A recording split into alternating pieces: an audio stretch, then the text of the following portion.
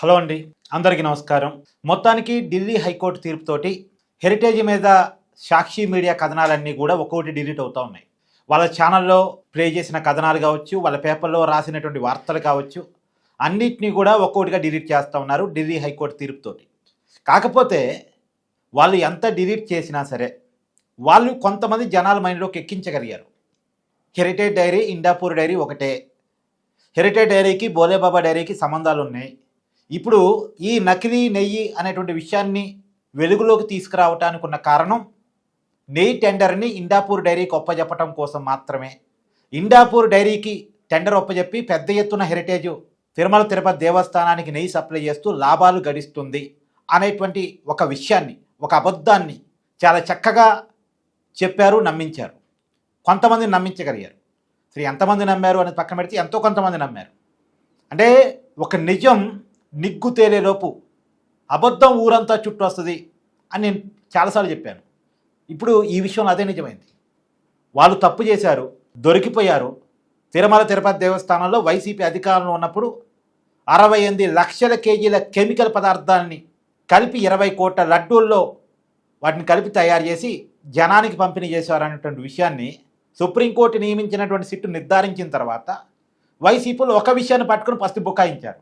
ఏంటంటే అప్పట్లో చంద్రబాబు నాయుడు గారు యానిమల్ ఫ్యాట్ కలిసిందని ఆరోపించారు కదా, అది కలిసినట్టుగా నిర్ధారణ రాలేదు కదా అనే ఒక్క పాయింట్ పట్టుకొని, సరే అది నిర్ధారణ వచ్చిందో రాలేదో పక్కన పెట్టేద్దాం, కానీ ఇక్కడ కెమికల్ మిశ్రమం కలిసినట్టు రిపోర్ట్ వచ్చింది కదా, దీన్ని సిట్ నిర్ధారించింది కదా, మరి దీని సంగతి ఏంది అంటే ఈ సంగతి వదిలేయండి, అది లేదు కదా, అది లేదు కాబట్టి అది తప్పే జరగనట్టు అన్న దాన్ని గట్టిగా బుకాయించింది. ఇప్పుడు అది ఉందా లేదా టీడీపీ వైసీపీ రాద్ధాంతం, అది చంద్రబాబు నాయుడు గారు జగన్మోహన్ రెడ్డి రాద్ధాంతం.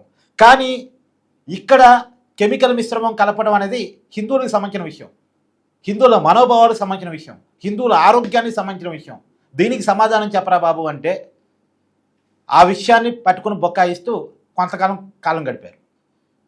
తర్వాత డైవర్షన్ పాలిటిక్స్లో భాగంగా చంద్రబాబు నాయుడు గారిని లక్కారం భాషలో తిట్టడం, లోకేష్ గారిని జోగి రమేష్ తిట్టడం, దానికి టీడీపీ కార్యకర్త రెచ్చిపోవటం, తర్వాత అంబటి రామ మీద కేసు, అరెస్టు. సో డైవర్షన్ పాలిటిక్స్లో అది కొంత భాగం నడిపించారు. తర్వాత ఇదంతా కాదు, అసలు మనం ఎదురుదాడి చేద్దాం, ఇదంతా చంద్రబాబు నాయుడు తన లాభం కోసం చేస్తున్నాడు అన్న దాని మీద చేద్దామని చంద్రబాబు నాయుడు కుటుంబ సభ్యులు నడుపుతున్నటువంటి హెరిటేజ్ మీదకి కథ మార్చేశారు. కథ కొంతమంది నమ్మించగలిగారు. సో దాని మీద హెరిటేజ్ డైరీ అంటే వీళ్ళు వాళ్ళ మీదకి బురద విసిరారు. హెరిటేజ్ మీదకి పాపం వాళ్ళు కడుక్కోలేక ఇబ్బంది పడ్డారు, చాలా ఇబ్బంది పడ్డారు కడుక్కోలేక. ఎందుకంటే వైసీపీకి చాలా వాయిస్లు ఉన్నాయి, చాలా రకాల వాయిస్లు ఉన్నాయి.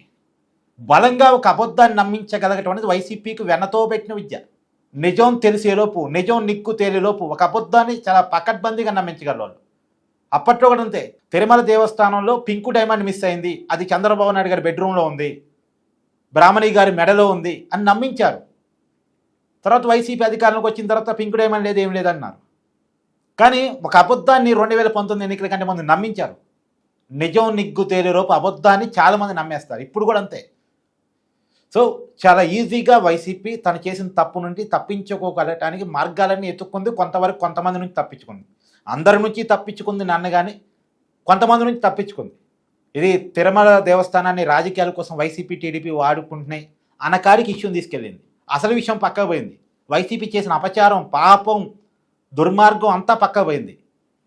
ఇది రాజకీయాల కోసం జరుగుతున్న గొడవ అన్నకాడికి తీసుకొచ్చి వైసీపీ వదిలేసింది. సో మొత్తానికి హెరిటేజ్ మీద వారు రాసిన వార్తలు తప్పుడు కథనాలు. నిజానికి ఇండాపూర్ డైరీ అనేది హెరిటేజ్కి క్రో ప్రొడక్షన్ యూనిట్, అంటే మహారాష్ట్రలో వాళ్ళకి కొన్ని ప్రొడక్షన్ చేసి పెట్టేది కొన్ని పదార్థాలు, పాల పదార్థాలు, ప్రధానంగా పన్నీరు, చీజు ఇట్లాంటివి వాళ్ళకి ప్రొడక్షన్ చేసి పెట్టేది అనేది హెరిటేజ్ ఒప్పుకుంది, ఇండాపూర్ ఒప్పుకుంది. మాకు బిజినెస్ టు బిజినెస్ సంబంధాలు హెరిటేజ్తో ఉన్నాయని. కాదు, మొత్తం ఇండాపూరే హెరిటేజ్ది అని నమ్మించారని ప్రయత్నం చేశారు. కానీ ఒక ఇండాపూర్ అనేది కేవలం హెరిటేజ్కి మాత్రమే కోర్ ప్రొడక్షన్ యూనిట్ కాదు, చాలా డైరీలకి కోర్ ప్రొడక్షన్ యూనిట్గా మహారాష్ట్రలో ఉంది. ఈ విషయాన్ని పాపం హెరిటేజ్ చెప్పేలోపే వైసీపీలు చెప్పేది కొంతమందికి ఎక్కేసింది. తర్వాత ఏం చేశారు, బోలేబాబా డైరీ, హెరిటేజ్ డైరీ ఒకటే నమ్మించే ప్రయత్నం చేశారు. సరే, బోలేబాబా డైరీతో హెరిటేజ్కి సంబంధాలు ఉన్నాయి అంటే ఉన్నాయి, కానీ ఈ బోలేబాబాతో కాదు. ఈ నకిలీని సప్లై చేసినటువంటి బోలేబాబా డైరీతో కాదు. ఆ బోలేబాబా డైరీ వేరు, ఈ బోలేబాబా డైరీ వేరు. ఆ బోలేబాబా డైరీ రాజస్థాన్, ఢిల్లీ పరిసర ప్రాంతాల్లో ఉంది. అది అగర్వాల్ అనేటువంటి తరుణ్ అగర్వాల్ ఇంకెవరు వాళ్ళు పెట్టారు, వాళ్ళ మేనేజ్మెంట్ వేరు. ఇది వేరు. సిద్ధార్థ్ జైన్ వీళ్ళు పెట్టిన ఉత్తరాఖండ్లో ఉన్నటువంటి బోలేబాబా ఆర్గానిక్ డైరీ వేరు. ఇది ఆర్గానిక్ డైరీ కూడా కాదు. యాక్చువల్గా కరెక్ట్గా స్పెల్లింగ్ చూడండి, ఒక పదం మిస్టేక్ ఉంటుంది. ఆర్గానిక్ అన్నట్టుగా మీనింగ్ ఉంటుంది. ఈ డైరీ వేరు. అసలు ఇది డైరీయే కాదు. అసలు దీనికి పాల సేకరణ కెపాసిటీ లేదు. ఇది ఒక డమ్మీ, ఒక రసాయన కెమికల్స్ తిరుమల దేవస్థానానికి సప్లై చేయటానికి ఏర్పడ్డటువంటి ఒక ఫేక్ వ్యవస్థ ఇదంతా. ఈ ఫేక్ వ్యవస్థతోటి హెరిటేజ్కి లింక్ పెట్టారు. కానీ హెరిటేజ్కి లింక్ ఉన్న బోలేబాబా డైరీ అది వేరు. అసలు వాళ్ళ దేవస్థానాలకు నెయ్యి ఎప్పుడు సప్లై చేయలేదట. వాళ్ళే కన్ననిచ్చుకున్నారు. సో ఇది తేలిపోయింది, కోర్టులో తేలిపోయింది. నిజమేంటి అనేది కోర్టు నమ్మింది. కోర్టు నమ్మింది కాబట్టి ఆ కథనాలన్నీ డిలీట్ చేయండి, ఆధారం లేకుండా ఎలా రాస్తారు, టీవీలో పెట్టిన చర్చలన్నీ డిలీట్ చేయండి, యూట్యూబ్ లింకులన్నీ డిలీట్ చేయండి అని కోర్టు ఆదేశించింది, ఢిల్లీ హైకోర్టు. మొత్తం ఇప్పుడు డిలీట్ చేస్తున్నారు. కానీ ఆలోపే జనంలోకి ఒక అబద్ధం వెళ్ళిపోయిందిగా. సో మీ అభిప్రాయాన్ని కామెంట్ రూపంలో తెలియజేసే ప్రయత్నం చేయండి. Thank you.